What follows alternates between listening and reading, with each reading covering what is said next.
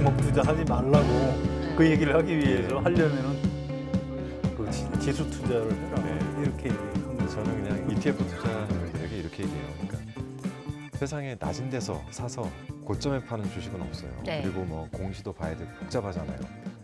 근데 ETF는 일종의 포트폴리오가 돼 있으니까 인벌스하고 레버리지만 딱 보고 박스권 보면 뭐 그렇게 전문 지식이 있지 않아도 네. 좀 우량한 종목에 투자를 해놓으면 네.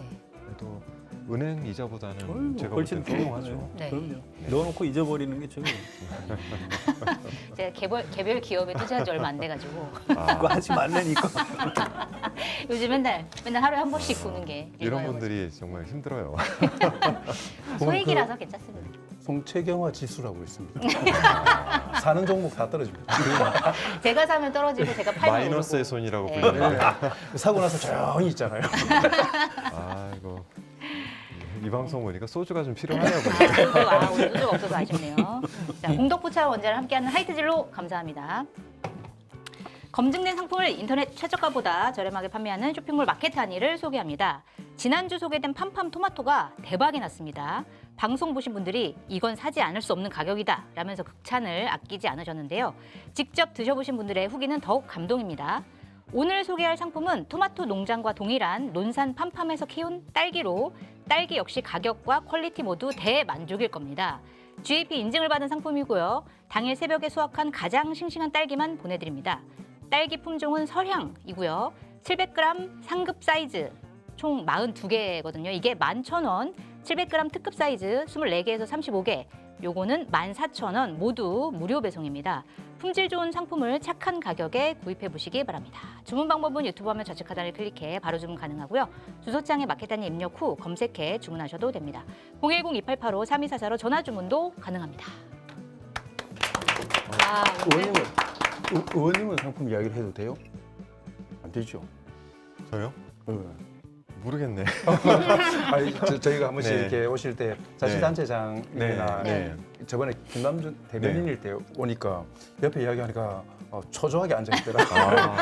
아니 근데 뭐 딸기 맛있다 이런 걸 할 수 있는 거 아니에요? 그럼요. 그렇죠. 네, 그렇죠. 그런 거 해주시면 좋습니다. 저희 아버지가 네. 그 전주에 보면 삼례라는 곳이 있어요. 거기가 딸기 생산으로 유명한데 저희 아버지가 딸기 생산 농장을 업에 하셨어요? 있었어요. 네. 아, 그러셨어요? 네네네. 그럼 딸기를 되게 많이 드셨었겠네요. 아 그렇지 않습니다. 딸기가 하루만 관리를 안 하면 네. 농사가 망해요. 그래서 이게 아이들 키우는 것만큼 네. 굉장히 손이 많이 가는 작업이에요. 그래서 한국 딸기가 굉장히 유명하잖아요. 네. 네. 해외 나가도 딸기 이렇게 뭐 코리아 스트로베리 이렇게 써가지고 음. 버스 광고로도 많이 합니다. 아, 그래요? 네, 한국 딸기 유명합니다. 이게 전주시죠? 달고 맛있어요. 네, 전주입니다. 네. 네. 처가가 전주. 아, 네. 잘 알죠. 아, 이렇게 묻어가시려고. 어디 얹을 데가 없어요. 아, 오늘 한진호 의원님 나오셔가지고 저희가 썸네일로 딱 이렇게 경기도로 한진호 네. 의원님 딱 이렇게 크게 했는데 마음에 드세요? 드라마 같습니다. 네. 네. 아니, 일단 워낙 외모가 드라마 주인공 외모시라서 아유, 잘 어울리십니다. 네. 네. 감사합니다. 항상 부모님께 감사하고 있습니다. 아, 그럼요. 감사하셔야 됩니다. 네. 저는 부모님한테 어떻게 해야 돼요? 아니, 감사하셔야죠. 감사합니다. 감사합니다. 튼튼하게 태어나게 해주신 걸 감사드려야죠. 저는 튼튼한 거고. 죄송합니다. 아, 외모 얘기하지 말아야지. 저는 저희 장영철님을 네. 처음에 이제 그 청와대에 네. 근무하실 때 네. 앞뒤로 근무를 해서 선임 후임이시라면서요. 그렇죠. 이제 네. 제가 면접 보러 가는 날 저를 데리러 나왔는데 네. 저는 이런데 면접 볼 때는 경호관들이 그렇죠. 나오는구나. 그렇게 생각했어요. 그래서 근데 들어갔는데 보니까 네. 그 행정관이셔가지고 약간 놀랐던 네. 기억이. 그러니까 마지막까지 못 믿어 눈으로 보시더라고요. 마지막까지. 왜 저 자리에 앉으시지? 막 약간 이런. 아니, 저희 PD도 예전에 정동영 그 의원님 보좌관 하실 때 네. 현장에서 막그 촬영하러 오늘 갔는데 제가 게스트인가요? 보좌관이 아니, 경호원인 줄 알고 네. 저분 누구지? 경호원이네 이렇게 했는데 아니더라. 네. 이러면서 그런 얘기 한참 하긴 했습니다. 제가 취미로 건투를 했는데 그 복싱 그러게요. 관장이 무슨 일 하십니까? 공직에 있습니다. 경호원?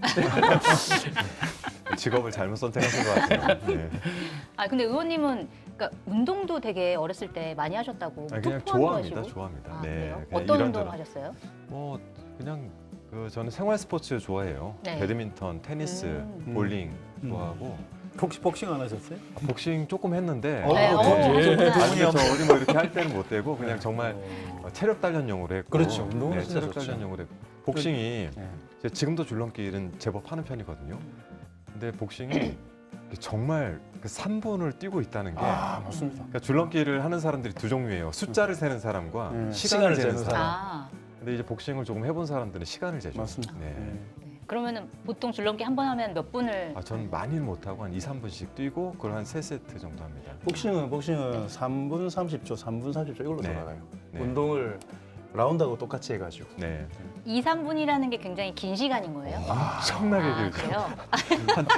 안 하는 사람이 보기에는 2, 3분? 한 뭐 번에 이런 한 번에 생각이 3분을 뛰는데 저는 한 2개월이 걸리더라고요. 그러니까 아. 처음에는 한 6번 정도를 네. 쉬게 되고. 그러면 몇 번 뛰는 거예요? 3분 정도 하면? 3분 하면 못 셉니다. 네, 아, 그래요? 숫자를 세다가 한 500개부터는 숫자를 놓쳐요. 그렇죠. 그러면은 그 정도로 많이. 그때는 그냥 아무 생각 없이 뛰는 거예요. 맞습니다.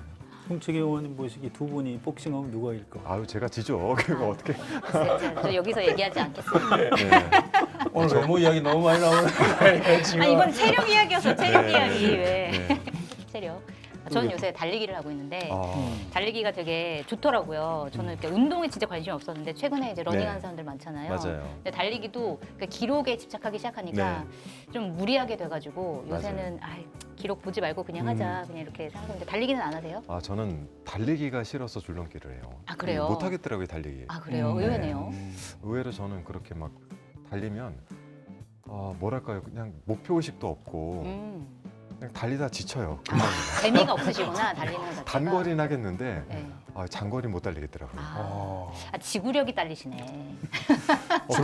줄넘기 3분이면 지구력 네. 딸리는 거 아, 그래요? 아니죠? 네. 알겠습니다. 제가 해보고 얘기하도록 그러니까 하겠습니다. 줄넘기를 3분을 거울 보시면서 본인 얼굴을 보시면서 하죠. 그렇죠. 그러니까 안 질리시죠. 아니 외모 얘기하지 말라면서요. 그 다음은 아, 저는 질리더라 이 이야기를 하려고 했는데. 이거 예. 제가 말렸습니다. 아니 보통 자기 얼굴 보면서 하나요? 아니 그 체육관에서? 복싱장이니까. 자세. 복싱장 아, 자세. 네, 자세도 봐야 돼. 아, 자세. 네. 이제 모든 발로 뛰면은 오래 못 뛰거든요. 그렇죠. 그러니까, 네. 보면서 이제 계속. 이게 줄넘기는 두 발을 같이 뛰면 무릎이 다치기 때문에 네. 힘을 그래서 복싱 영화나 이런 거 보면 네. 멋있으려고 한 발씩 뛰는 게 네, 네, 아니고요. 네. 한쪽씩 이렇게 균형을 이야 복싱 영화를 안 봐서 잘 모르겠습니다. 처음으로 제가 전문가 같은 느낌이래.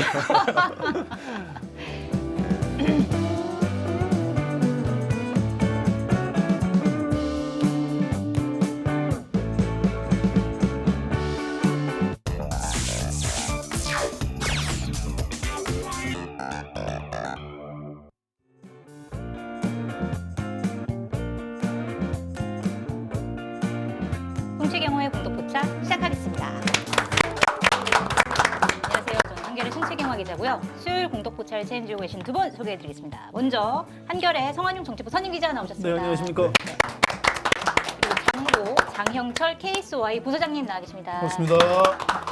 그리고 오늘 저희가 특별 손님을 모셨습니다. 자, 얼마 전에 경기도지사 선거에 나가겠다 출사표를 던지신 한준호 더불어민주당 의원 나와주셨습니다. 네, 반갑습니다. 스튜디오가 아주 환해지는 느낌입니다. 네. 나와주셔서 감사드리고요. 감사합니다. 네, 오늘 한준호 의원님 모시고 어떤 분이신지, 뭐 경기도지사 왜 나가시는지 이런 여러 가지를 이제 여쭤보려고 모셨는데 그 전에 네. 요즘 현안이 워낙 많아가지고 네. 현안 먼저 여쭤보고 시작을 하도록 하겠습니다. 네. 일단 어제 더불어민주당에서 청와대와 협의를 한 끝에 검찰 개혁안을 발표를 했어요. 네. 그래서 대략적으로 내용을 보면 이제 그동안 검사가 어떻게 해서라도 가질 수 있었던 우회적으로라도 가질 수 있었던 수사권을 세세하게 문구를 따져가지고 수정을 하거나 아예 드러내거나 이런 방식으로 이제 수정을 했는데 이 협의안 어떻게 좀 평가하세요? 전반적인 이제 방향은 검찰 개혁의 기본 방향은 수사와 기소를 분리하고 검찰을 수사에서 완전 배제를 하는 것이 목표이고 그 지점에 있어서 이제 강론으로 들어가면은 이게 맞냐 저게 맞냐라는 부분들이 있었는데 그거는 정부안을 가지고 국회 내에서 서로 이제 조율을 한번 몇 차례 했죠. 네. 이제 그 과정 중에서 약간 강론 부분에서 좀 이제 부딪힌 부분들이 있어서 좀 논란이 됐었는데 네. 저는 그 방향성 면에 있어서는 잘 합의가 됐다라고 생각하고 있습니다. 네. 보통 대통령께서 그러니까 보통 우리가 민주당 강경파라고 네. 이제 불렀던 이제 그쪽 김용민 의원이나 여기서 이제 주장했던 거는 사실은 이제 검찰청장이라는 이름을 바꿔야 된다. 혹은 이제 공소장으로 바꿀 때 이제 검사들을 면직시키고 재임용을 해야 된다. 이런 네. 주장을 했는데 요건 좀 빠졌습니다. 네. 이거는 빠지는 게 맞다고 보세요? 그러니까 이게 검찰을 개혁할 것이냐, 검찰을 해체할 것이냐.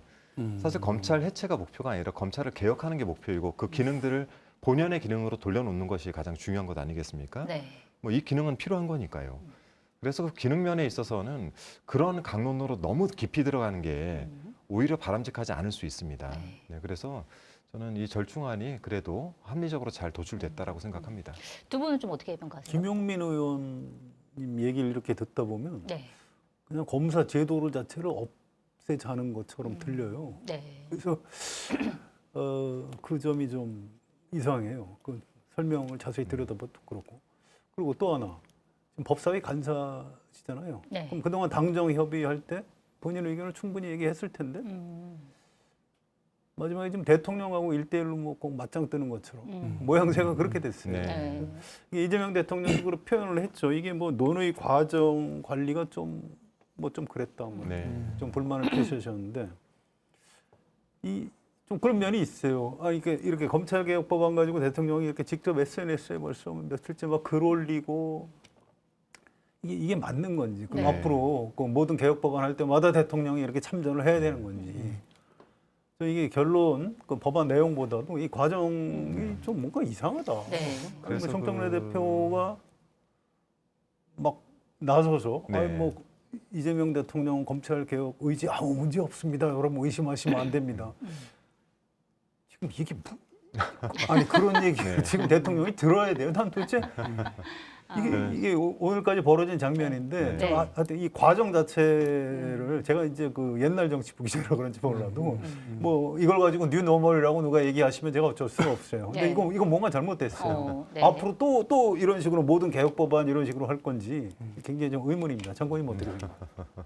저는 되게 합의를 보면서 대통령께서 되게 실용적으로 하시는구나 역시. 네. X나 그 전에 글을 올리셨던데 보면은 네. 과도하게 선명성 경쟁을 통해서 사실은 핵심은 뭐였냐면 이것에 이 개혁에 반대하려고 하는 세력들에게 명분을 주는 일을 하지 말자라는 게 제가 봤을 때는 대통령의 핵심이었습니다. 네. 그렇죠.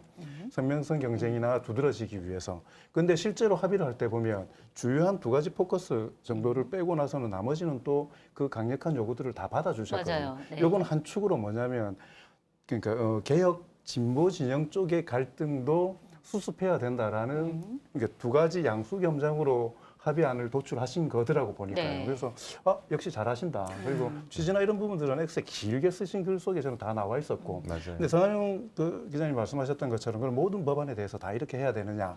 문제의식에 대해서 일부는 동의를 하지만은 이재명 정부에서 검찰개혁이라는 의제가 갖고 있는 상징성과 무게감은 다른 법하고는 조금은 다르다라고 생각을 합니다. 그래서 네. 여기서 좀 한번 정리를 할 필요가 있기 때문에 대통령께서도 직접적으로 개입하신 것 같고요. 근데 정부안이 먼저 만들어졌죠. 네. 근데 이게 뭔가 좀 문제가 있는 것 같다. 그래서 당정 협의를 거쳐서 제2법안인가요? 네. 이렇게 내놨어요.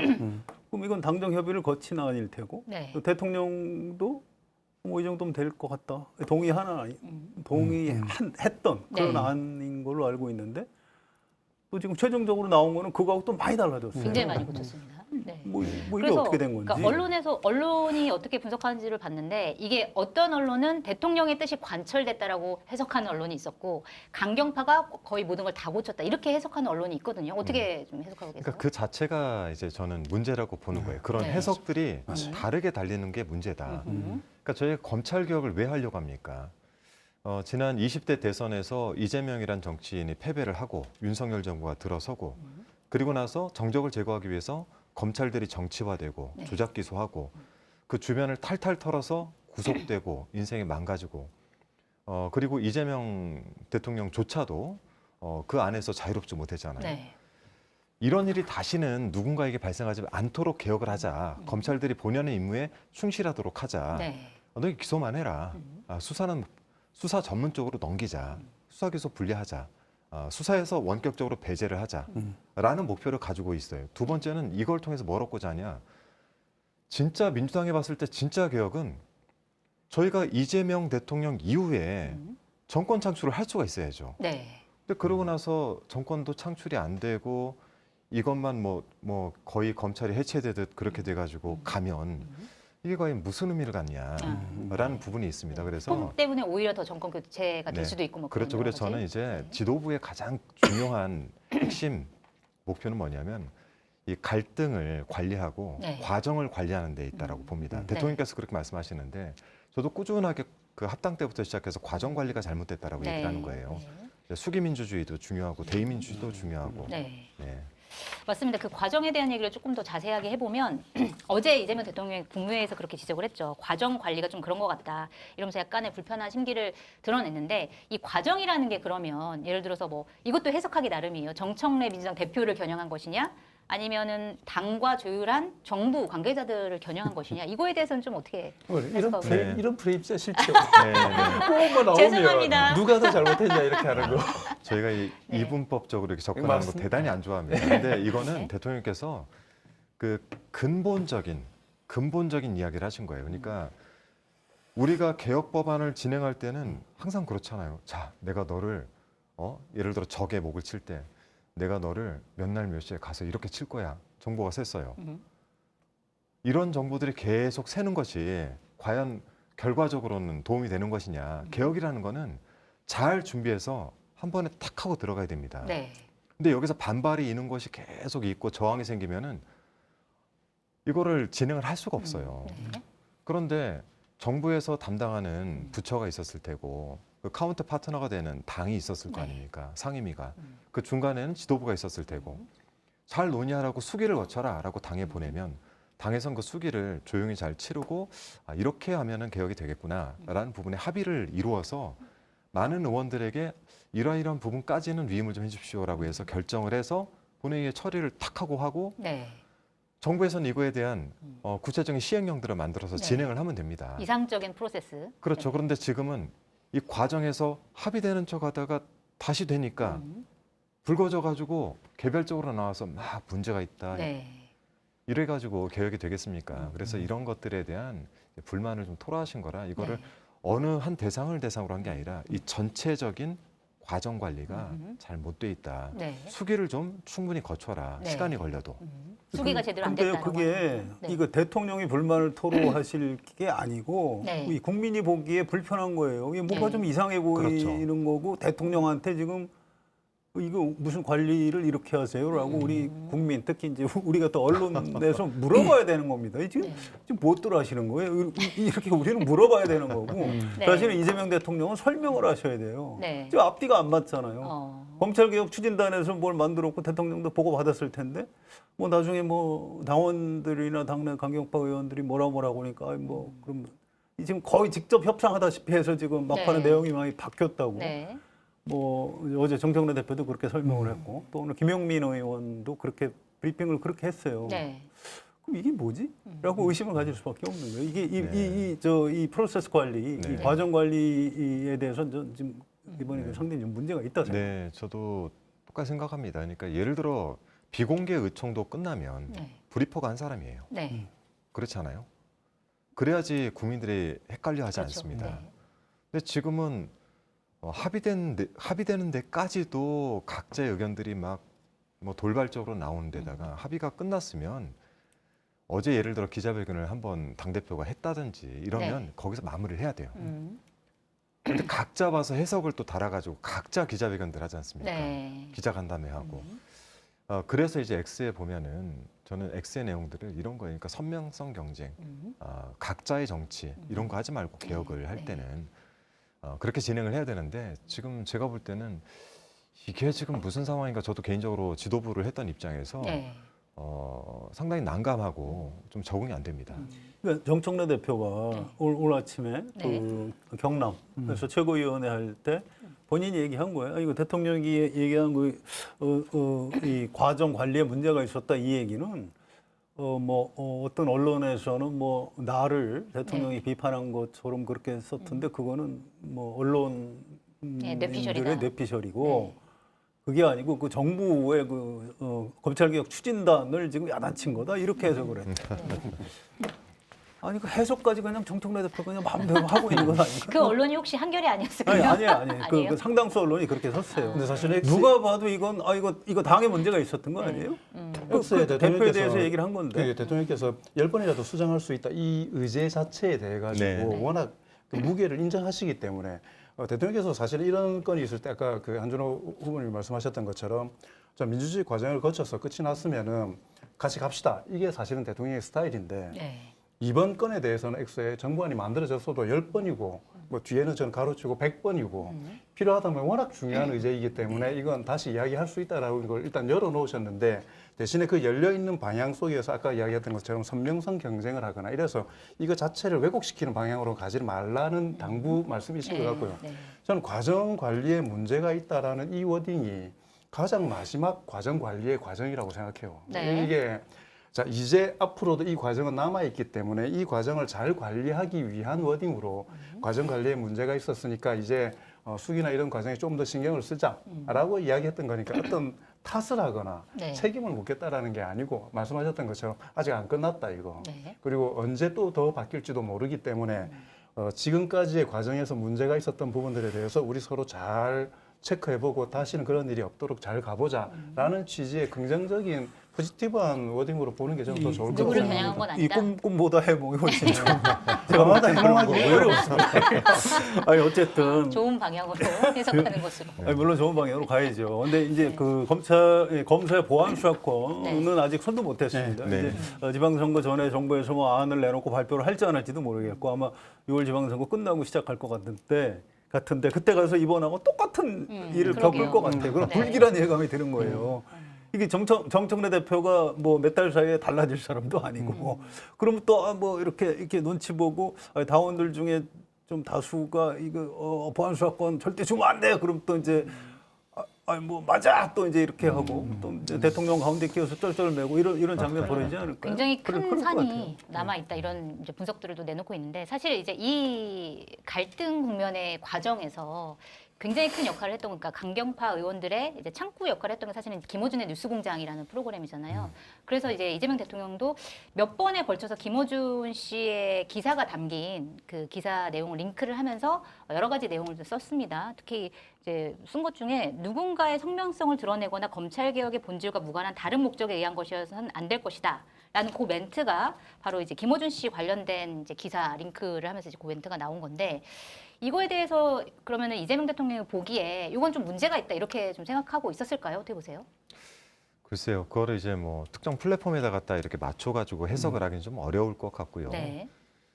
전반적으로 이제 이 과정들을 해결해 나가는 방식에 대한 똑같이 말씀드린 근본적인 문제 제기를 하고 있다. 네. 그러니까 제가 이재명 대통령님과 지낸 기간이 한 4년이에요. 지근거리에서 지도부 생활도 같이 했었고. 근데 항상 문제를 풀어갈 때는 어떻게 하냐면 약간 바둑을 좋아하시잖아요. 바둑 둘 때랑 비슷해요. 그러니까 문제가 될 만한 사안들을 하나씩 쳐내요. 하나씩 쳐내고 나서 놓을 자리를 항상 고르지 않습니까? 이런 식으로 문제 해결하기 위해서 굉장히 속고를 많이 해요. 네. 오죽하면 바둑 둘 때 옆에 시계가 있겠어요. 이 정도 시간 내에서까지만 고려를 해라. 근데 정치도 비슷합니다. 결국에는 결정을 해야 되는 것인데 네. 이 결정을 할 때까지의 과정은 굉장히 중요하죠. 이런 부분들에 대해서 문제 제기를 하신 것 같고 지금까지 그것이 잘 되지 않았기 때문에 네. 정부를 운영하는 입장에서 상당한 불만들이 좀 쌓이신 것 같다라는 생각입니다. 그 정청래 대표가 오늘 김어준 뉴스공장 나가서 네. 한참 얘기했고 아마 그것 때문에 뭐 비행기를 놓쳤는지 아무튼 좀 늦게 가고 뭐 이런 해프닝이 좀 있었어요. 네. 근데 이제 대통령이 어쨌든 약간 좀 불편한 심기를 뭐 한 2번 말씀하신 건데 어제 발표해놓고 오늘 거기 나가서 또 막 얘기하고 네. 뭐 막전막후를 막 이제 설명을 하더라고요. 본인이 가장 이재명 대통령을 위하는 사람인 것처럼 이렇게 얘기하고 아니 이거 좀 뭐 좀 결례 아닌가 싶어요. 아, 결례다. 뭔가 좀 이거 뭐가 잘못돼도 잘못됐다. 지금 정청래 대표가 대통령보다 더 높은 사람처럼 뭐 이렇게 보이는 것 같은 그런 측면이네요. 근데 저는 좀 뭔가 이상해 뭔가. 그냥 그러니까 이게 커뮤니케이션이 실패하는 가장 큰 게 뭐냐면 메시지 내용을 그냥 보지 않고 사실 메신저 물론 그것도 중요하지만 네. 그에 대한 평가를 가지고 이 판단을 해버리면 의사가 다 달라지는 거잖아요. 아주 좋게 생각하면 김어준 공장장이 설득 당하고 싶다고 하니까 네. 저는 대통령을 설득을 하려고 했다고 생각해요. 그 링크를 붙였을 때 글이 대단히 길었어요. 네. 대통령이 네. 조목조목 다 설명하셨어요. 네. 전부 다. 그러니까 그거를 질책의 의미로 받아들일 수도 있지만 네. 공론화된 자리에서 설득당하고 싶다는 이야기를 한 그게 단지 김어준 공장장 개인의 의견이 아니고 개혁 세력들 중에 대통령이 왜 저렇게 하실까에 대해서 답답해하는 사람들에 대해서 던지니까 거기에 대해서 답을 해주시는 거잖아요. 네. 아니 후보님 저 너무 잘 아시겠지만 대통령께서 그걸 안 피하잖아요. 안 피하죠. 물으면 그냥 대답을 네. 하는 겁니다. 가가지고 네. 오세요 그러면 와서 이야기합시다. 설득이 필요해? 내가 네. 설득해줄게. 설득해줄게. 뭐 이렇게. 저는 왜냐하면 김어준 그 공장장이 가지고 있는 공과가 있어요 분명히. 지금은 불리한 상황이 되니까 전부 다가 과를 가지고 뭐라고 하지만 네. 공이 있는 사람입니다. 그리고 성남시장이실 때 주요한 요소에 당시 성남시장이었던 이재명 그 출연해가지고 이야기들 컨텐츠들을 확산하는데 많은 도움이 됐었고 네. 그걸 단순히 김어준 공장장의 정치적인 책략을 가지려고 저는 그 정치라는 게 그런 정치적 계산도 있지만 네. 그 시대 상황에 부응하기 위한 소명의식이라는 게 같이 있는 거잖아요. 그러니까 네. 지금 상황만 가지고 너무 저는 몰아붙이지 않았으면 좋겠다고 생각해요. 이거는 너무 제가 과도하게 평가하는지 모르겠지만 대통령께서 객관 강박이 있다. 강박이라는 표현이 가지는 부정적인 것 때문에 그런 건데 네. 대통령은 스스로 레드팀으로서 역할을 하시기 위해서 부단히 노력하시는 분입니다. 그렇죠. 늘 하죠. 그러니까 그거 항상 대통령이 되시고 나서 더 그래요. 네. 더 객관화시키기 위해서 노력을 하시고 그렇게 하는 거거든요. 저는 네. 그래서 말씀드린 이 메시지가 그렇게 잘못된 건가 하는 생각이 저는 사실은 드는 거예요. 근데 대통령 메시지가? 이게 부정적인 메신저라는 판단하고 부합을 해버리니까 네. 이 비틀고 있네 이렇게 되는 거라고 저는 생각을 합니다. 그래서 이 건에 대해서는 제가 또 너무 저는 메신저에 대해서 호의적으로 평가를 하려고 하는지는 모르겠지만 과도 있지만 공에 대한 인정 그리고 아까 이야기했던 것처럼 선명성 경쟁을 하면 대통령께서 걱정하는 게 기득권 세력들이 이게 바로 할 수 있는 그런 걸 주면 안 된다고 할 정도로 지금 아직 간단한 그 시점이 아닌데 네. 우군으로 갈 수 있는 사람을 적대시하지 않았으면 좋겠다는 생각이 저는 사실 듭니다. 예, 정치하시는 분들은 아무래도 이렇게 우리 편이야 저쪽 편이야 이렇게 뭐 갈라서 보시는 경향이 있어요. 그 충분히 이해합니다. 네. 그런데 이게 무슨 뭐 김어준 씨가 뭐 이재명 대통령하고 뭐 맞짱을 뜬다. 그건 전혀 그건 말도 안 돼요. 네. 그건 뭐 어떻게 대통령하고 무슨 저 유튜브하고 맞짱을 뜹니까? 그건 말이 안 되고. 근데 이제 제가 주목하는 부분은 그런 거예요. 이제 이거를 이제 김어준의 뉴스공장이 언론이냐, 네. 뭐 출입 기자도 있고 하니까 맞습니다. 언론이다 이렇게 얘기하지만 저는 그렇지는 않은 것 같아요. 그건 네. 언론하고 좀 달라요. 그러니까 언론은 그러니까 1인 미디어란 말은 있지만 1인 언론이란 말은 없습니다. 기본적으로 언론에서는 게이트키핑 기능이 있어요. 그렇죠. 그러니까 수용자들 시각에서 뉴스를 다시 한번 확인을 합니다. 꼭 그게 없으면 기사를 사실은 안 내보내요. 네. 그래서 어떤 언론이든 이를테면 그 장인수 전 기자가 뭐 내가 여기서 특종이라고 해서 한마디 들었어. 이걸 그대로 기사로 내보낼 수 있는 방송이나 신문은 저는 거의 그렇죠. 없다고 생각합니다. 근데 이제 그 부분 때문에 좀 사고가 났고 그것 때문에 욕을 먹는데 물론 장모님 말씀대로 지나치게 아이고 뭐 김어준 당신 뭐 나쁜 놈이네 이렇게 얘기하는 건 잘못된 거예요. 근데 뭔가 좀 이렇게 네. 이 격이 안 맞는 겁니다. 그런데 맞습니다. 다만 네. 정서적으로 정경래 대표가 또 다시 이제 그 프로그램에 나와서 막 그렇게 얘기를 하시니까 네. 대통령을 또 사랑하는 분들 있잖아요. 뭐 이분들은 저 정청래 대표 저거 뭐야? 이런 반응들이더라고요. 그러니까 저한테 그분이 어떤 분이 전화도 하고 문자도 하고 막 항의를 하세요. 그래서 그 정청래 대표한테 물어보더라고요. 그러고 말았는데 저도 일단 납득이 안 돼서 그래요. 아니 좀 한 2, 3일 있다가 나와서 좀 설명을 하시더라고요. 근데 그러니까 그 지점이 말씀하신 대로 검찰 개혁이라는 하나의 정책 안에 대해서 뭐 어떤 언론이 뭐 예를 들어서 김어준의 뉴스공장이 이쪽으로 가야 된다라고 주장할 수는 있고 해석할 수도 있고 그 정책에 대해서 서로 토론하고 하는 과정일 수는 있다고 생각하는데 이번에 이제 장인수 전 기자의 그 공소 취소 거래서를 보면 이건 이제 팩트의 영역이기 때문에 이거는 문제가 있다. 이거는 이제 반드시 뭔가를 바로잡아야 된다. 이런 이제 의견들이 많은 거잖아요. 그래서 당에서도 사실은 이제 그게 불거진 다음에 장인수 전 기자에 대해서는 고발 조치를 했는데 김어준의 뉴스공장 혹은 김어준 씨에 대해서는 어떤 조치가 없었기 때문에 그걸 언론사라고 만약에 인정을 하거나 혹은 인정을 하지 않더라도 그 하나의 스피커를 쥐어준 하나의 매체에 대해서도 어떤 책임을 지어야 되는 거 아니냐라고 하는 의견들이 나오는데 이거는 좀 어떻게 보세요? 2007년 MBC에서 이런 사고가 있었어요. 생방송 음악 중심인가요? 뭐 이런 음악 캠프란 프로그램에서 네. 이 카우치라고 하는 그 노출. 인디 밴드가 노출. 네. 막 뛰다가 바지가 흘러내려서 네, 이제 주요 부위가 카메라에 적나라하게 2, 3초간 노출이 됐습니다. 네. 난리가 났죠. 네. 그래서 바로 그 방송을 중지를 하고 3개월간 중지를 했어요. 네. 그리고 그날이 일요일이었는데 바로 저녁 뉴스데스크에서 급하게 그 사과 멘트가 나갔습니다. 네. 그리고 MBC는 그 프로그램 폐지를 하고 3개월 뒤에 쇼 음악 중심으로 바꿔요. 네. 그리고 처음으로 5분 딜레이 방송을 도입을 합니다. 네. 제가 이제 보는 관점이 그런 거예요. 생방송은 사고 날 수 있어요. 이게 평론 방송이 됐든 언론이 됐든 네. 사고는 날 수 있습니다. 늘 위험에 처해 있어요. 이 방송도 마찬가지 아니겠습니까? 네. 그렇습니다. 그런데 그 사고가 나고 난 다음에 네. 이제 플랫폼으로서의 역할, 즉 이 부분에 대해선 저희 출연진이 사고를 냈습니다. 여기에 대해서 저희가 정중히 사과드립니다. 이런 일이 다시 발생하지 않도록 저희가 재발 방지 조치를 취하도록 하겠습니다. 정도가 네. 제가 볼 때는 겸손은 힘들다가 할 수 있는 최선인 것 같습니다. 네. 뭐 거기에 대해서 이제 책임을 회피한다 이런 식으로 몰아갈 건 아닌 것 같고 다만 거기에 대한 도의적 책임, 네. 즉 그 출연진을 섭외를 했고 그 출연진의 그 이야기 뒤에 물론 이제 갑자기 딱 듣고 이게 팩트로 확인했는지 안 했는지 몰랐을 수도 있잖아요. 네. 그러니까 그 부분 차치하더라도 그 일이 나고 나서 많은 사회적 논란이 일었다라고 네. 한다면 플랫폼으로서의 대표로서의 사과는 있고 재발 방지에 대한 이야기는 있었어야죠. 네. 네, 저는 그래서 2007년에 있었던 MBC의 카우치 사건을 카우치 사고를 네. 김어준 씨의 그 겸손은 힘들다 그 방송에서도 좀 준용해서 대응을 할 필요가 있지 않나 싶습니다. 네. 물론 아직까지 뭐 사과는 하고 있지 않습니다. 어떻게 보세요? 어떻게 저는 대응해야 된다고 보세요? 그러니까 부분 이렇게 동의하는 부분이 있고 동의하지 않는 부분이 있는데 네. 예를 들어서 아까 그 MBC에 벗을 줄 알았지. 그렇게 하고 네, 네. 문매를 때리는 겁니다. 네, 사고 날 줄 알았지. 내릴 줄 알았지. 그걸 어떻게 네가 모를 수가 있어. 이렇게 해놓고 마이크가 오는 겁니다. 네. 그러니까 뉴스 공장에 대해서 그러니까 저는 그럼에도 불구하고 말씀하셨던 것처럼 팩트에 대해서 다시 체크하겠다. 그리고 이 부분에 있어 가지고는 끝까지 추적해가지고 어떤 게 진위가 있는지 그걸 책임지고 하겠다. 그 뭐 심려를 끼쳐드려서 뭐 유감을 표시하든지 그건 있어야 된다는 것에 대해서는 100% 동의합니다. 그건 기본적인 거고. 근데 그 전에 이미 음모론부터 시작해가지고 이미 프레임을 정해놓고 가버렸었기 때문에 네.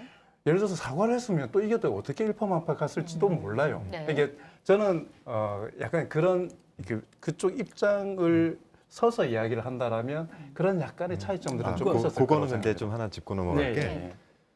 장인수 기자는 겸공의 소속이 아니에요. 네. 그냥 단순 출연자입니다. 그래서 네. 저는 그 부분을 사과하라는 게 아니라 팩트 체크 못한 걸 사과하라는 게 아니라 그 방송에서 그런 사고로 인해서 문제가 생겼으니 플랫폼 입장에서만 그건 선은 긋고 플랫폼 입장에서 이러한 사고가 우리 방송에서 났다. 네. 그렇기 때문에 예를 들어 뭐 저 같으면은 저희 방송사 출연 정지라는 조치가 있다든지 네. 아니면 향후에 이런 일이 발생하지 않도록 내부적으로 뭐 출연진에 대한 검증을 하겠다라는 이 정도는 할 수 있다는 거죠. 네. 동의합니다. 네, 그 부분에 네. 대해서 저는 아까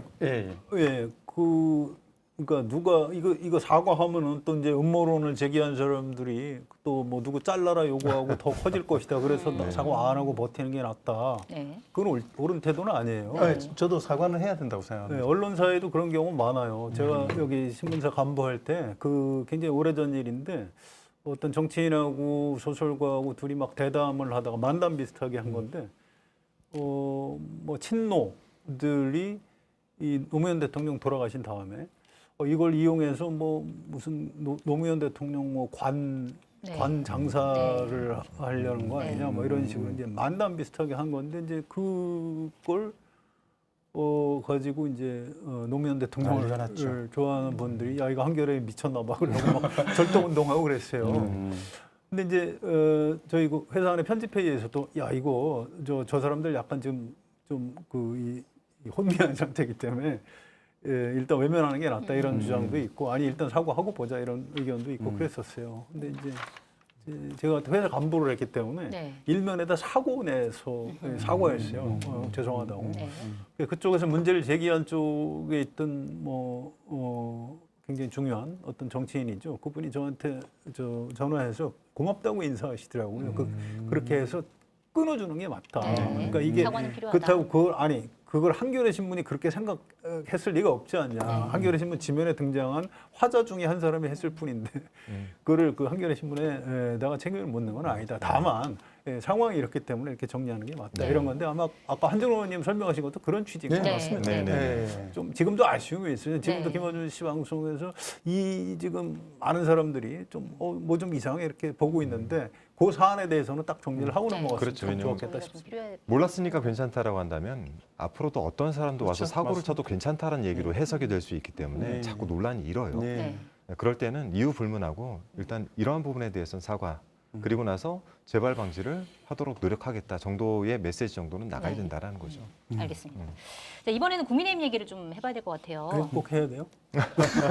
하나만 하겠습니다. 화제니까. 오세훈 서울시장이 어제 국민의힘 서울시장 후보로 등록을 했습니다. 그동안 2번이나 후보 등록을 하지 않았어요. 그러니까 국민의힘이 바뀌지 않으면 지도부가 노선 변경을 하지 않으면 나는 후보 등록할 수 없다 이렇게 얘기를 하다가 결국 바뀐 게 없는데 그럼에도 불구하고 후보 등록을 했어요. 이거는 왜 그런 선택을 했다고 보세요? 원래 하고 싶었으니까요. 하고 싶었으니까. 원래 하고 싶었는데 네. 그 상태에서 여러 가지 당의 공격들 뭐 그리고 선거를 치른 사람들은 이 선거를 당에서 관리하는 데 있어서 불만들이 원래 많을 수밖에 없습니다. 네. 이게 나한테 유불리가 어떤지 내 당선 가능성과 어떻게 연계가 되는지 근데 그것이 이제 오세훈 시장이 바라봤을 때는 뭐 본인에게 좋지 않았던 거죠. 그러니 뭐 그러한 행위를 당을 향해서 한 거는 저는 뭐 충분히 할 수 있다. 그래서 저는 그랬을 때도 등록한다 이렇게 네. 생각을 했습니다. 아 그러셨군요. 많은 분들이 등록 안 할 거야 막 이렇게 기자회견까지 근데 하는데 뭐 이런 그건 생각을 좀 했었는데. 심심하지 않아요? 네. 경기도에 네.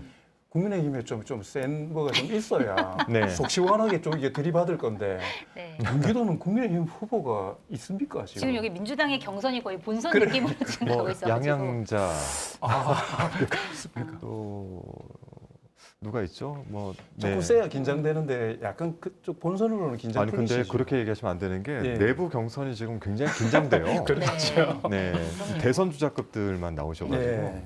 네.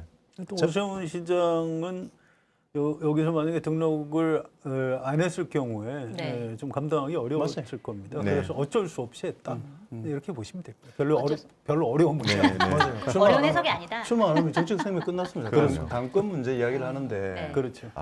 선거를 서울시뿐만 아니라 지방선거 전체를 망친 주범이 되기 때문에 그걸 저는- 도망가 놓고 전당대회를 나온다. 네. 그래서 말이 저는 안 되는 끊임없이 싸울 거라고 생각하는데 네. 지금 국민의힘이 혁신 뭐 선대위가 꾸려질 가능성은 저는 거의 없다고 생각해요. 네. 그러면은 오세훈 만약에 후보가 된다라고 하면 자기가 출마한 국민의힘 후보로 출마한 정당성을 내기 위해서는 어떻게 해야 되냐면 서울시장 선대위를 혁신적으로 꾸리는 수밖에 없을 거거든요. 네. 서울시당. 그래서 저는 대령으로. 어쩌면 한동훈 공동선대위원장 예를 들어서 그런 여러 가지 카드들을 쓸 수 있다. 저는 두 가지인데 무소속인데요. 무소속이든 뭐 외부 그럼요. 인사 해가지고 선대위를 꾸리잖아요. 그럼요. 그러면 그렇게 해서 당에 위해를 가했다고 서울시장 후보를 징계할 겁니까? 당에서 선거판이 진행되면 후보가 왕입니다. 그러면 이길 거기 때문에 그렇게 되면 저는 한동훈 전 대표가 출마를 이번에 못하실 거라고 생각을 하기 때문에 네. 못할 수 있는 좋은 명분이 될 뿐더러 지방선거 이후에 정계 개편이 됐건 뭐가 됐건 이게 참석할 수 있는 그게 생기고 오세훈 후보 같은 경우에는 네. 아주 독자적인 자기 정치의 컬러들을 만들어 나갈 수 있기 때문에 뭐 그런 몇 가지의 좀 이 카드를 가지고 그 길을 가고 있는 게 아닌가 하는 생각이 듭니다. 짧은 거 하나만 좀 꼭 첨언하고 싶은 게 있는데요. 네. 지금 민주당 의원님들 중에 우리가 야당일 때는 여당복이 있었는데 여당 되니까 야당복이 있는 것 같다 이렇게 얘기하셨는데 그것도 어느 정도지. 네. 이렇게 심하게 망가지면 이게 복이 아니에요. 이게 사실은 민주당 안에 뭐 잘못되면 비판을 받아야 되는데 네. 비판 안 받잖아요. 네. 지지율 안 떨어지잖아요. 예. 근데 이게 정상이 아닙니다. 그래서 제발 좀 네. 국민의힘에서 좀 정신을 차려줬으면 네. 좋겠는데 아직은 가망이 별로 아니 없어요. 근데 그 말씀 맞아요. 네. 이게 외부의 긴장감이 맞습니다. 돌아야 내부적으로 단단하게 결속이 되는데 네.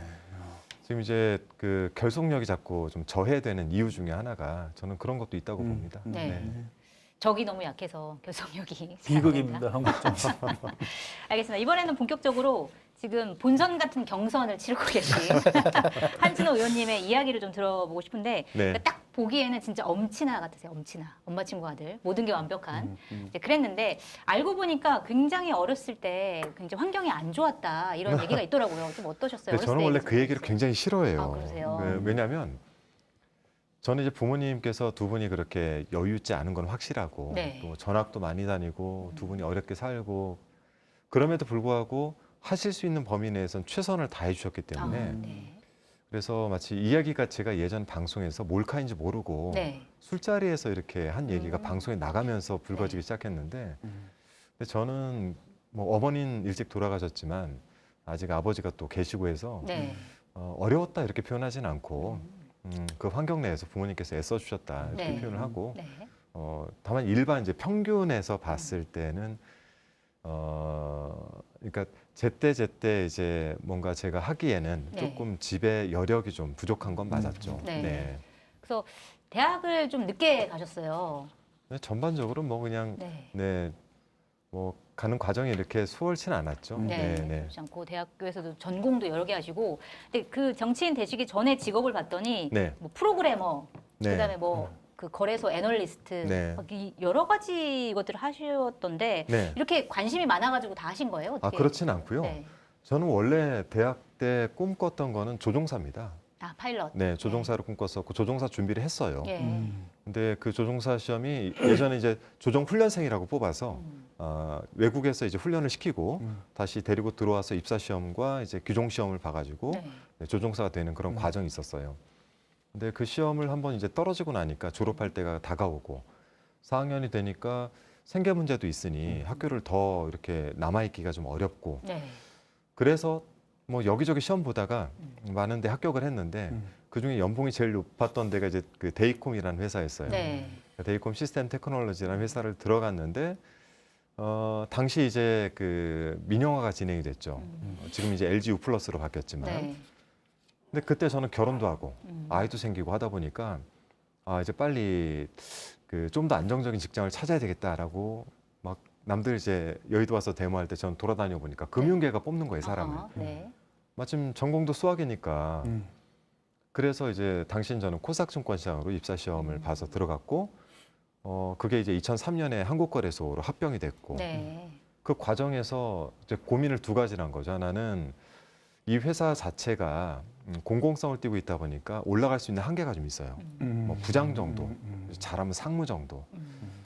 나머지 이제 위에는 전부 다 당시 재경부에서 내려오니까 이게 미래를 봤을 때 내가 이곳에 계속 남아 있는 게 맞나? 야망이 크셨군요. 그렇진 않아요. 그리고 이제 방송을 자주 출연했어요. 네. 그러니까 시황이라는 거를 종목도 하지만은 지수도 하거든요. 네. 그러니까 제가 그런 것들 하다가 옆에서 바람을 넣은 거죠. 방송 보니까 괜찮던데 시험 한번 봐봐라고 했는데 마침 당시 MBC가 블라인드 면접으로 네. 나이 제한이 한 살 풀리고 네. 가족이나 이런 것들 다 가리고 시험을 본 거예요. 그러니까 결혼한 상태도 몰랐고 제 나이도 모르는 상태에서 시험을 네. 볼 수 있게끔. 근데 MBC에 이렇게 합격을 턱 하고 네. 한 거죠. 턱.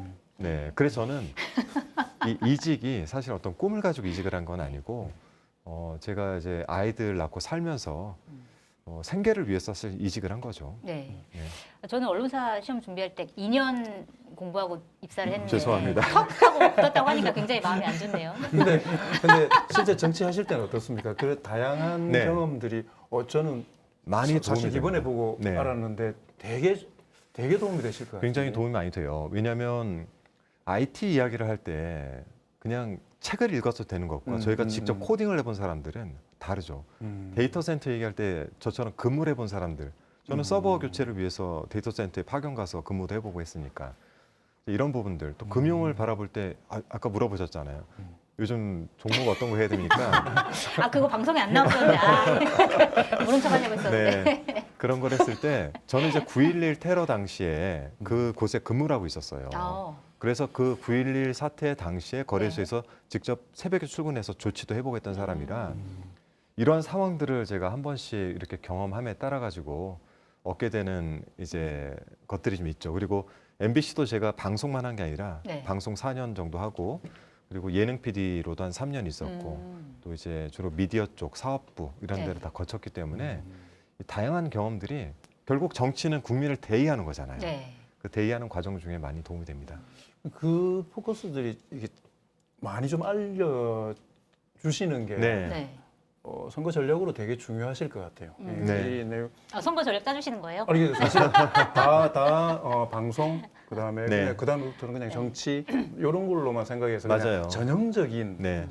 언론인 출신 정치인 정도로 보고 있거든요. 네. 그래서 그 전에 많은 그게 경험이 가지는 있다는 사람들의 게. 선입견들이 많아요. 왜냐하면 그런 케이스들이 너무 많기 때문에. 네. 제가 사실 아시겠지만 청와대에서 연락이 와가지고 면접을 봤거든요. 한 6분 봤잖아요. 네. 근데 제가 들어갈 수 있었던 거는 제가 미디어 정책 쪽에 그래도 나름의 그 이력이 있어가지고 들어갔던 네. 거지. 네. 제가 뭐 단순히 그 방송사를 다녔기 때문에 들어간 게 아니었거든요.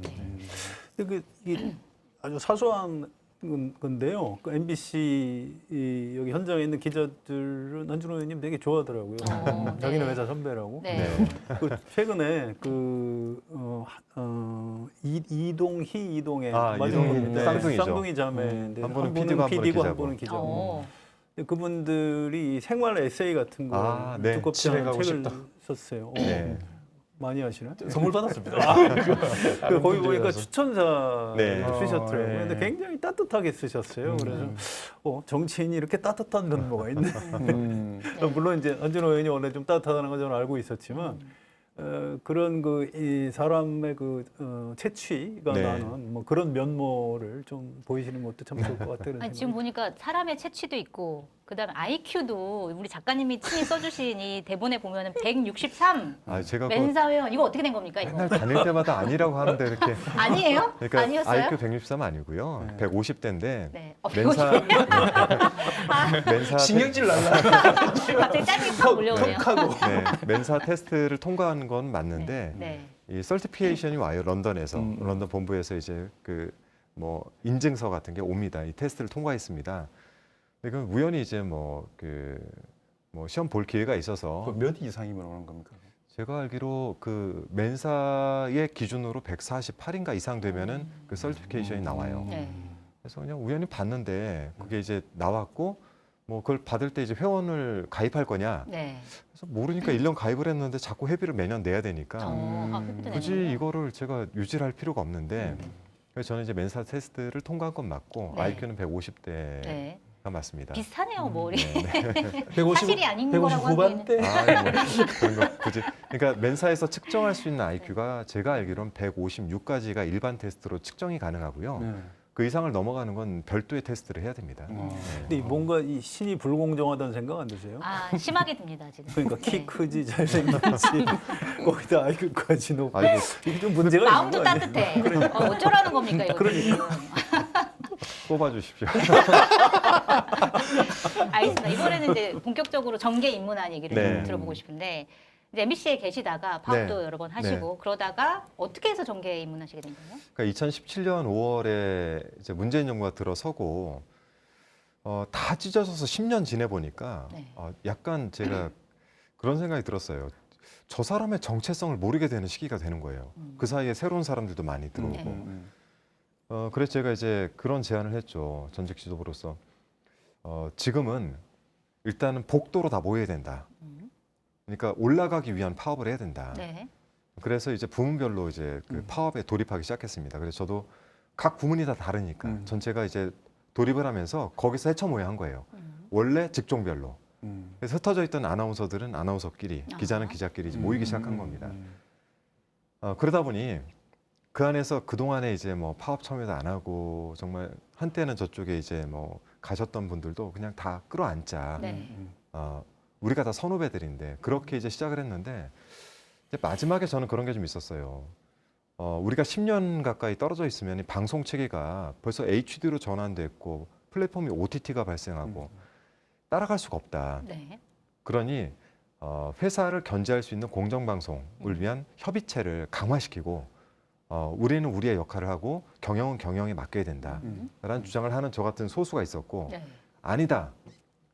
우리가 가서 경영해야 된다라는 이제 그룹이 있었는데 저는 소수파였죠. 근데 그 과정들을 보니까 아우 딱하더라고요. 그래서 오늘 회사로 돌아가서 다시 가가지고 뭐 부장국장 하는 것도 뭐 의미가 있겠지만 지금은 그냥 후배들 많이 들어왔는데 네. 난 좀 딴 길을 찾아봐야 되겠다라고 해서 이제 퇴사를 결정하고 2018년에 나오게 됐죠. 네. 2018년에서 나온 다음에 그 우상호 의원의 서울시장 경선 캠프 대변인으로 네. 가셨어요. 어떻게 어떤 인연이 돼가지고 그쪽으로 가신 거예요? 네, 뭐 이제 기존에 좀 알고도 지내기도 했고 제가 이제 학교로 가기로 했는데 학교 4월부터 이제 제가 강의가 아, 맞아요. 네. 제가 교수도 하셨었죠. 네네 네. 강의를 이제 하려고 준비를 하고 있었는데 뭐 그걸 이제 알고 그쪽에서 우리가 경성 캠프 하는데 좀 와달라 도움을 달라라고 하셔가지고 제가 홍보 총괄로 네. 가서 캠프 도움을 드리다가 4월 20일 이제 선거 떨어지고 나서 뭐 저는 제 갈 길 가서 이제 제 일을 하고 있던 도중에 이제 뭐 이러저러한 추천들이 또 청와대로 들어가서 제가 이제 청와대 면접을 보고 청와대로 아. 이직을 하게 됐죠. 그때 선임이셨던 네네. 장군님 선임이고 네. 후임으로. 네. 약간씩 공평해요. 그때 면접 봤을 때 어땠습니까? 전 되시겠구나. 아, 되겠구나. 지금까지 제가 있을 때와 분위기가 전혀 달라지겠구나. 그랬군요.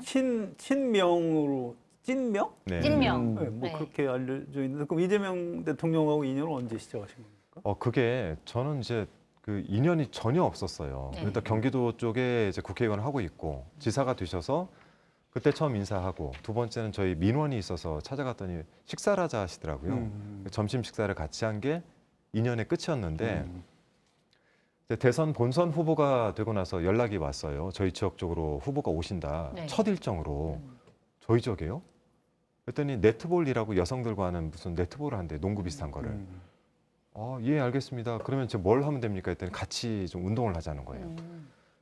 운동을 하고 나서 보니까 그 저를 이제 수행실장으로 이미 약간 낙점을 해놓고 네. 2022년 대선 네네 얘기하시는 맞습니다. 거예요? 20대 대선. 20년. 네. 그래서 그때 이제 저희 지역에서 식사를 같이 하면서 수행실장을 해달라는 네. 요청이 캠프에서 있다. 음. 그러시냐? 근데 뭐 김남국 의원도 있고 다른 친한 분들이 많이 계시니까 후보의 수행은 그런 분들이 하는 게 맞다. 그러다 처음 이제 뭐 실용주의 이야기하시고 뭐 이런 얘기를 하는데 약간 마음이 갔어요. 제가 왜냐하면 실용주의에 꽂혀 있었던 시기이기 때문에 이분 이야기를 듣다 보니까 듣던 것과 좀 다르네 이런 생각이 하나 있었고 제가 그래서 마지막에 뭐라고 했냐면 뭐 제 외모 때문에 뭐 또 거부하는 사람들도 있고 막 이런 얘기를 다 해주시더라고요 직접적으로. 그래서 외모 때문에 거부하는 사람 있었어요? 있죠. 네. 오. 후보한테 수행이 안 된다. 수행실장이 그런 일이 후보보다 있어요? 이렇게까지 갑자기 많아요. 이게 아니 후보보다 수행실장이 더 잘생겼으면 안 네. 되죠. 아, 제가 그래서 다행히 코로나 시기였고 마스크를 해야 됐으니까 아, 제가 지금 대통령님 의문의 일패입니다. 원하시면은 반발짝 뒤에서 하겠습니다. 그런데 결정은 후보께서 하셔야 되는 거니까 결정해서 알려주시면 되고 저는 현재 대변인을 하고 있기 때문에 캠프 내에서 대변인이 원래 제 역할이라고 생각하고 있었습니다. 근데 다음 날 오후 4시쯤인가 발령을 내시더라고요. 뭐 그래서 이제 처음 인연을 맺게 됐고 거기서부터 128일 네. 그리고 이제 선거일 그리고 이제 뭐 낙선 인사까지 해서 130일을 수행을 하게 됐죠. 네. 그렇게 사실은 먼저 접근한 게 아니라 이재명 네. 당시 후보가 먼저 네. 이렇게 네네. 손짓을 해가지고 가시게 된 거예요. 네. 그리고 사실은 또 지난 1월에 그 경기지사 출마를 준비 중인 상황에서 이재명 대통령으로부터 제1호 감사패를 받았습니다. 네. 볼리비아 특사 활동에서 네. 이제 양국 관계를 격상시켰다 이제 네. 이런 걸로 받은 건데 그래서 찐명은 역시 한준호다 이런 이제 소문이 돌았는데 인정하시나요? 저것 때문에 다른 후보들이 무지하게 화가 아 많이 그래요? 났어요. 네, 아, 네. 근데 이거 효과가 좀 생각보다 작아요. 아 그런가요? 원래 이제 제가 특사를 3번 임명받았어요. 네. 미국 특사, 그다음에 이집트 특사, 네. 그다음에 볼리비아 특사. 그러니까 특사도 3번 임명받은 건 저밖에 없는데 미국 특사는 임명받고 제가 이제 출발을 하는 그 시점에 트럼프 대통령께서 빨리 보고 싶다라고 하면서 대통령 일정이 빨라졌어요. 네. 그 특사가 필요가 없게 된 거죠. 이집트 특사는 그때 국민의힘 측에서 그 필리버스터를 진행하는데 네. 이게 멈추려면 숫자가 부족하니까 아. 저- 하게 됐구나. 저하고 그다음에 이재정 의원 그리고 저기 대전에 갑자기 박범계 의원 이렇게 셋이 특사로 임명을 받았었는데 다 못 간다.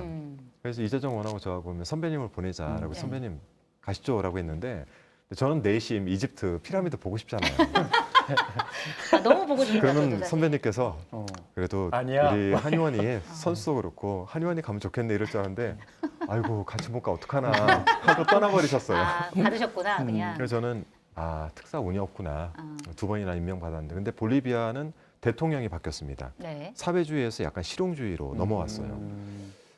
거기를 이제 가라고 하면서 이제 저 혼자 출발을 하게 돼서 의미가 있겠다라고 이제 좀 어려운 길이긴 하지만 갔죠. 가가지고 외교 미션이 내려오는 거예요.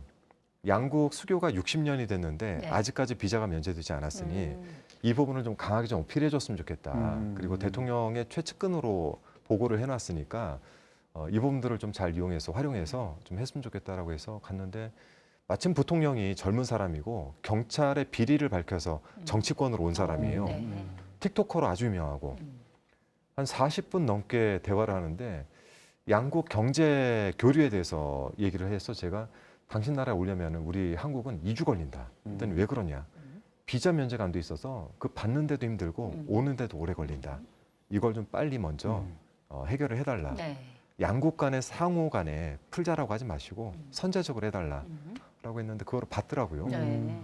그래서 이제 비자 면제를 해결을 한 공로로 아, 네, 감사패를. 감사패를 받게 됐습니다. 너무 원래는 설명이 기세요. 네. 그게 아니고 좋아해서 원래는 이게 대통령께 보고회로 잡혀 있었어요. 네. 보고회를 하도록 돼 있었어요. 음. 근데 이 보고회가 전날 정원호 구청장에 대한 칭찬글이 나오면서 아, 그게 이 이거를 보고회가 밀어줬죠. 정무수석실에서 이제 캔슬을 시킨 거예요. 네. 그래서 저는 좀 약간의 피해자. 아, 또 오해를 받을 수 있다. 약간 이런 네. 측면에서 피해를 네, 그래서 당하시는. 감사패로 이제 대체를 하게 된 겁니다. 알겠습니다. 자, 그런데 그러니까 사실은 이제 의원 활동을 하면서 잘 해오셨는데 왜 경기지사 선거에 나가야 되겠다 이걸 결심하셨어요? 제가 이제 뭐 여러 가지 대통령 되시고 나서 뭐 연락도 여러 차례 오고 좀 뵙기도 하고 하면서 자꾸 제 진로에 대해서 몇 번 말씀을 하시더라고요. 네. 근데 저는 이제 그 진로들이 지금 제가 갈 길이 아니다라고 판단해서 우선 대통령님 지금 당선되셨지만 남아있는 사건들이 너무 많다. 대장동, 대북송금 등. 이거 제가 TF를 만들어서 좀 12월까지 대응을 해서 성과를 좀 내보겠다. 네. 이 명확한 조작 기소인데 공소 취소를 시킬 수 있도록 해야 된다. 그래서 제가 그래서 정치검찰 조작 기소 대응 TF를 만들었어요. 네. 거기에 관련된 사건을 맡았던 변호사들을 다 모았습니다.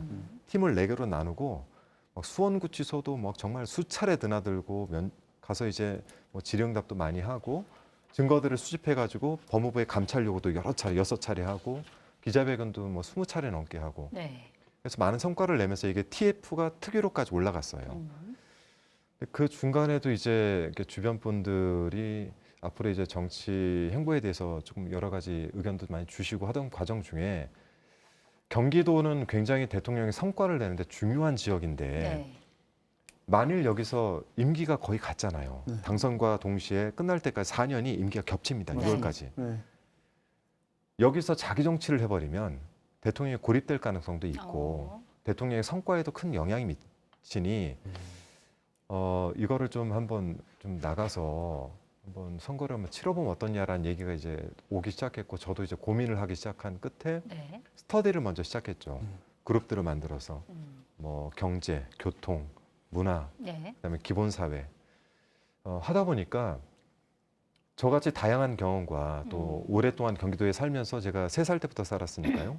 오랜 그 경기도 생활을 통해서 직접 서울로 출퇴근하고 그리고 이곳에서 집을 사보고 하면서 경험했던 것들이 이 경기도를 이해하고 행정을 해가는데 도움이 되겠다라는 판단도 들었고 또 정치적 도전을 좀 해볼 시기가 왔다라는 판단도 들어서 도전하게 됐습니다. 근데 그 경기지사는 대선 주자급 자리잖아요. 네네. 그 역대 경기지사가 다 그래요. 뭐 이인재, 손학규, 김문수, 뭐 지금 김동연 지사님까지 네네네. 거의 예외가 없습니다.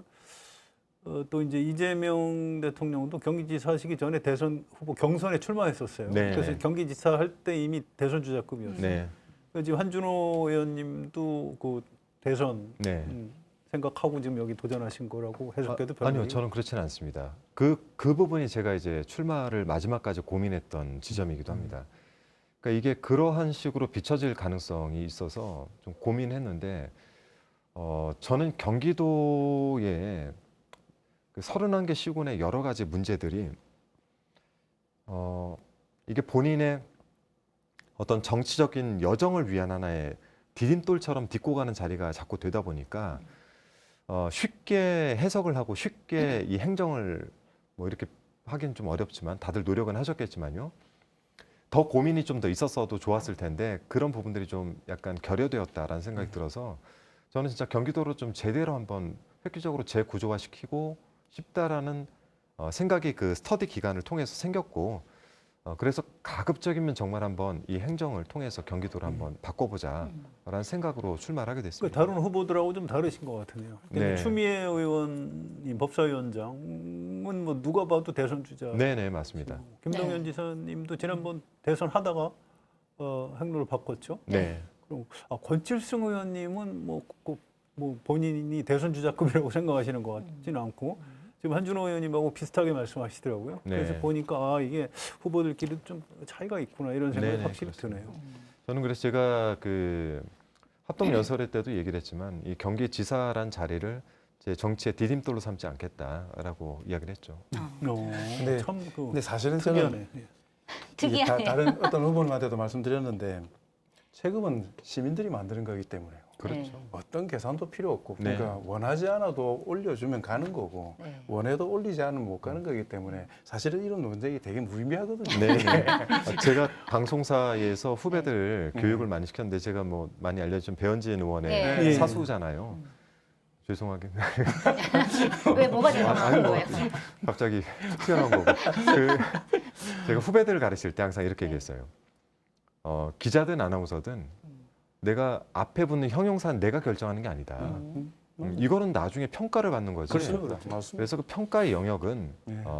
시청자들에게 맡겨놓고 우리는 내 일을 열심히 하면 된다. 네. 라고 얘기를 했습니다. 그 얘기는 대선 주자급으로 올라가면 올라갈 수도 있다 이런 얘기. 그건 나중에- 제가 그 나중에 결정하는 국민이 문제가 평가할 굳이 문제예요. 올라가라는데 안 하랍니다. 할 필요는 없는 거예요. 그게 서울에도 이제 정원호 구청장 출신 이제 그 서울시장 좀 도전 중이신데 그분도 뭐 저는 대통령 꿈 1도 없습니다 말씀 이렇게 하시는데 네, 서울시장 맞아요. 되고 나면 전 달라질 수 있다고 봐요. 어차피 전임자들이 실제 대통령도 있었고 그래서 근데 지금 취하고 계신 자세는 저는 옳다고 봅니다. 나는 뭐 내가 대통령 되려고 여기 온 게 아니고 경기도민들 위해서는 왔다 이게 맞는데 네. 나중에 정치적인 평가 부분은 또 국민이 알아서 할 겁니다. 네, 네. 그때 가서 판단하시면 될 것 같아요. 지금 예비 경선 치르고 있는 중이고 토론회 네. 하고 있고 내일 내일도 토론회죠. 토론회 하는데 주말에 이제 예비 경선을 하잖아요. 그래서 5명 21일. 중에서 네.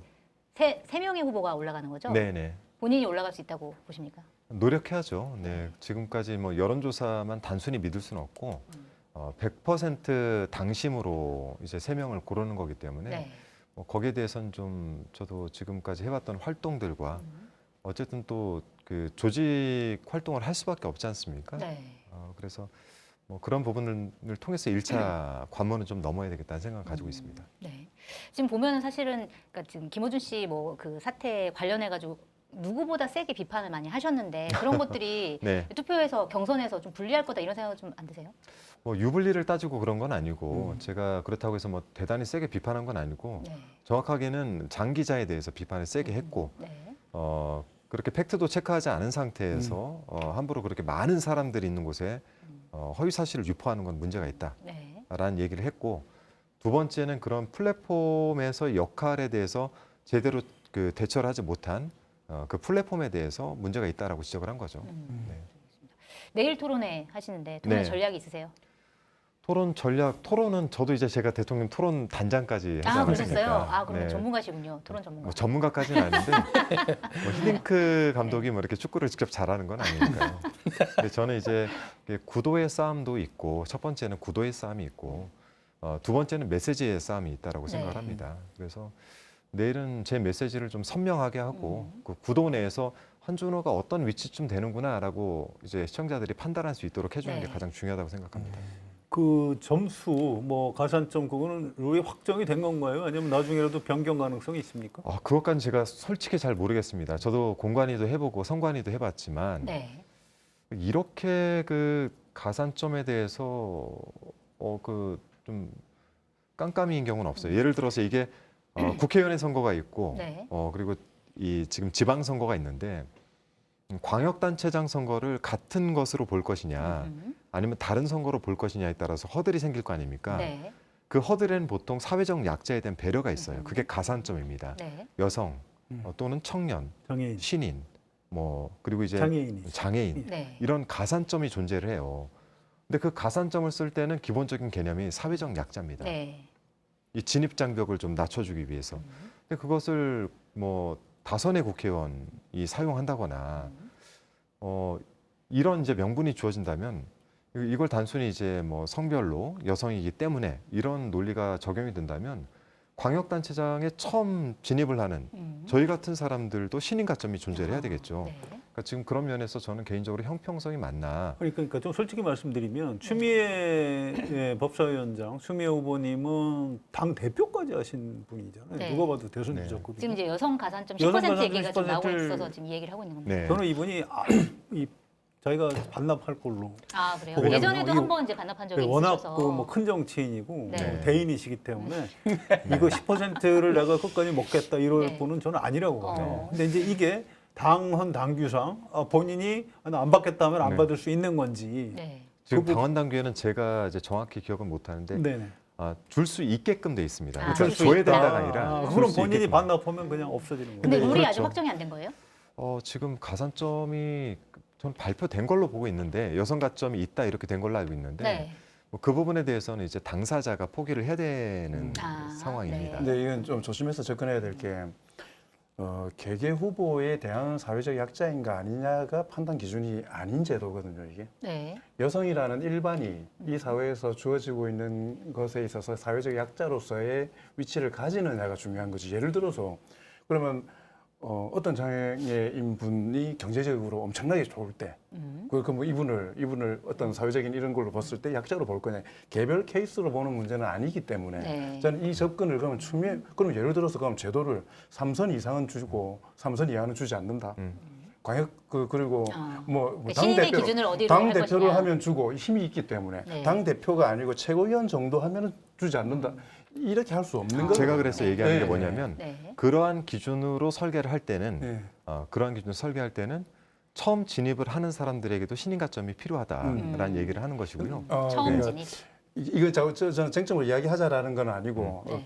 뭐 후보님이 잘 하시겠지만은 기본적으로 이 내용은 유권자들의 판단에 좌우를 하거든요. 예를 들어서 추미애 후보가 이걸 포기하느냐 안 하느냐가 유권자들에게서 판단하는 그렇죠. 주요한 그게 허들이 돼요. 이게. 네. 그럼요. 그렇기 때문에 믿고 가는 거죠. 사실은 집단지성을 좀 믿어야 되는 부분이어서 물론 질문이 나오면 입장을 말씀하셔야 되는 거지만 이건 사전 방송에서 이야기했듯이 옆에서 막 이야기를 해야지 후보님은 지금 안 전략을 하시겠죠. 짜주시는 것 같습니다. 저는 개인적으로 그런 질문을 할 생각이 별로 없고요. 근데 추미애 네. 의원님이 워낙 그 대인이시기 때문에 자진 반납할 건데 그러니까 두고 지난번에 보세요. 추미애 그 의원이 반납했을 때가 그 서울시장. 박영선 네, 네. 후보님하고 붙었을 때 네, 서울시장. 두 분이 다 여성분인데 박영선 후보님은 그냥 받아가셨고 네. 추미애 후보님은 안 받았어요. 근데 사실 결과적으로는 15% 차이여서 이게 작동을 했냐 안 별로 했냐는 의미가 다른 없죠. 문제인데 그렇습니다. 문제는 뭐냐면 자 규칙은 규칙대로 있는 거고 후보가 그걸 받냐 안 받느냐는 냉정하게 선거 전략적으로 판단하는 겁니다. 그래서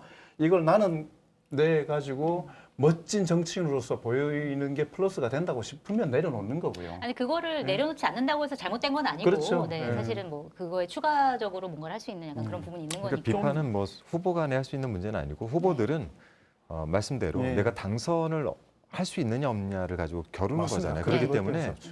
이 제도가 불합리하다라고 느끼면 거기에 대해서는 당측에 불합리하다고 주장을 할 수 있죠. 다만 당사자에게는 주장을 할 수 없죠. 네. 내려놔라 마라 불합리하다 이렇게 못하는 거죠. 네. 그러니까 당을 향해서 당을 향해서. 이러한 기준을 세울 때는 그런 것에 대한 형평성을 맞춰라. 예측하기에 한 후보님은 안 하셔도 내일 그 다른 후보 방송하면 중에 한 저는 명이? 다른 후보님이 분명히 부를 거예요.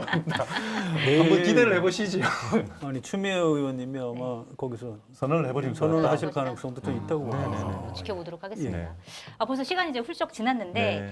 마지막으로 좀 정치인 한준호가 나는 이런 정치를 하고 싶다 이 얘기 한 말씀 듣고 싶습니다. 저는 제가 정치를 할 때 그 청와대에 있을 때 저는 이제 얼마 근무를 못했어요. 한 4개월여 근무하고 나왔는데 근데 제가 정치를 해봐야 되겠다는 생각을 그 안에서 했어요. 그리고 정치로 나가려고 했을 때 누가 어떤 정치를 하고 싶습니까? 라고 물어봐서 좀 간단하게 난 이제 새로운 정치보다는 필요한 정치를 하고 싶다라고 얘기했습니다. 네. 그러니까 새로운 정치는 보통 정치인들이 이게 좋아요 라고 국민들에게 알려주는 건데 근데 그렇게 이제 정치를 많이 해왔죠. 많은 싸움도 있었고 네. 뭐 혁명도 있었고 근데 그 기간 동안에 놓친 것들도 꽤 많단 말이에요. 그래서 저는 오히려 국민들에게 듣고 이것을 정책과 예산으로 담아가는 조금 어렵지만 이 방향을 바꾸는 필요한 정치로 가야 되고 이것이 곧 가치는 실용주의다라고 네. 생각을 하고 있습니다. 그래서 한준호는 저는 되도록이면 앞 국민들께 필요한 정치를 하기 위해서 좀 노력을 할 생각입니다. 후보님은 슬로건을 뭘 쓰고 계시죠? 지금 현재 쓰고 있는 거는 네. 대한민국은 이재명, 경기도는 한준호, 그리고 기획은 이재명, 완성은 한준호. 뭐 요거를 이제 안에서 달고 있습니다. 전략가로서 어떻게 만족하십니까? 괜찮아요? 뭐 지금은 뭐 이번 선거는 이재명 대통령 대통령. 근데 이 부분은 꼭 물어보고 싶은데 이거 나중에 편집하셔도 돼요. 근데 그 어쨌든 이번 지방선거 이재명 대통령 네. 치르는 거라고 보는 게 맞습니다. 민주당보다도 이재명 대통령을 보고 표를 많이 찍을 텐데 지금 이재명 대통령이 지지율이 거의 한 60% 안팎으로 네. 그 전보다 오히려 더 올라가 있고 이런 상황인데 앞으로도 계속 이 유지될까요? 아니면 좀 더 올라갈까요? 아니면 조금 떨어질 수도 있을까요? 또 그렇게 전망하신다면 그 이유를 왜 그렇다고 보십니까? 저는 이제 대통령 지지율은 정체기를 한번 맞을 거라고 생각을 합니다. 지방선거를 치르고 난 치르고 결과에 나서. 따라서 예. 결과에 따라서 대통령의 지지율은 정체기를 좀 겪을 거다. 왜냐하면 대통령 그 행정에 대한 기대감들은 충분히 지금 대통령님의 그 실적과 퍼포먼스로 많이 이제 보여지고 있고 국민들이 효능감이라는 걸 정말 느끼고 있는데 그렇죠. 이제 앞으로의 효능감들은 그렇게 해서 세워진 지방 정부에서 국민들 피부로 전달이 돼야 되거든요. 그래서 이 선거 결과 그리고 당선자에 따라 가지고 앞으로 이제 그런 것들이 체감이 기대치가 있잖아요. 네. 제가 시장 돌아다녀 보니까 이런 게 있습니다. 대통령 괜찮네. 생각보다 잘하네. 그렇죠. 네. 야 보니까 지표들이 많이 바뀌네. 그런데 아직 우리 국민들께는 좀 다가오지 않는데 대통령께서 얘기하는 기본사회 이게 실현이 되려면 제가 기획은 이재명, 완성은 한준호 그랬던 거는 중앙정부는 기획을 하는 곳입니다. 이거를 국민들이 체감되도록 완성을 하는 건 지방정부예요. 그래서 이게 잘 맞아 떨어지는 데까지도 시간이 걸릴 테고 잘 뽑아도 그리고 만에 하나 이런 부분에 있어서 정말 큰 수도권 내에 당선자들이 대통령과 이 코드가 잘 안 맞거나 어떤 불협화음이 나거나 하면은 완성을 할 수 없기 때문에 국민들 체감이 좀 떨어지겠죠. 그래서 저는 지방선거 이후에 잠시 정체기는 있을 것이고 올라가거나 내려가는 것은 지방선거 결과에 따라 조금 차이가 있을 거라고. 이거 후보님, 제가 되면 5% 올라갑니다. 그렇게 하십시오. 선명하게 하십시오. 그래서 5% 올라가면은 네. 후보님 덕분인 거고 네. 떨어지면은 다른 일이 있는 겁니다. 맞습니다. 저는 그렇게 자신감 있게 말씀하시는 게 중요할 것 같습니다. 네네네. 그 슬로건에 딱 부합하는 것 같거든요. 전문가시라 혹시. 네. 네. 예. 돈 받으셔야 될 것 같습니다. 딸기값 했습니다. 알겠습니다. 마케탄이 소개하고 마무리하도록 하겠습니다. 검증된 상품을 인터넷 최저가보다 저렴하게 판매하고 있는 마케탄이 쇼핑몰에서 지난주 소개되어 대박난 팜팜 토마토에 이어 팜팜 서량 딸기를 준비를 했습니다. GAP 인증을 받은 상품이고요. 당일 새벽에 수확한 가장 싱싱한 딸기만 보내드립니다. 700g 상급 사이즈가 11,000원, 특급 사이즈는 14,000원 모두 무료 배송입니다. 주문 방법은 유튜브 화면 좌측 하단을 클릭하시거나 포털에서 마케타니를 검색하시면 됩니다. 네, 오늘 한준호 의원님 나와주셔서 너무 감사드리고 네. 의원님의 도전을 저희 공덕포차가 눈을 부릅뜨고 지켜보도록 하겠습니다. 오늘 정말 고맙습니다. 감사합니다. 네. 오늘 공덕포차 여기서 마무리하도록 하겠습니다. 저희 공덕포차 매주 화수목밤 9시에 방송하는 거 아시죠? 저희는 내일 밤 9시에 다시 찾아뵙도록 하겠습니다. 감사합니다. 고맙습니다. 고맙습니다. 고맙습니다.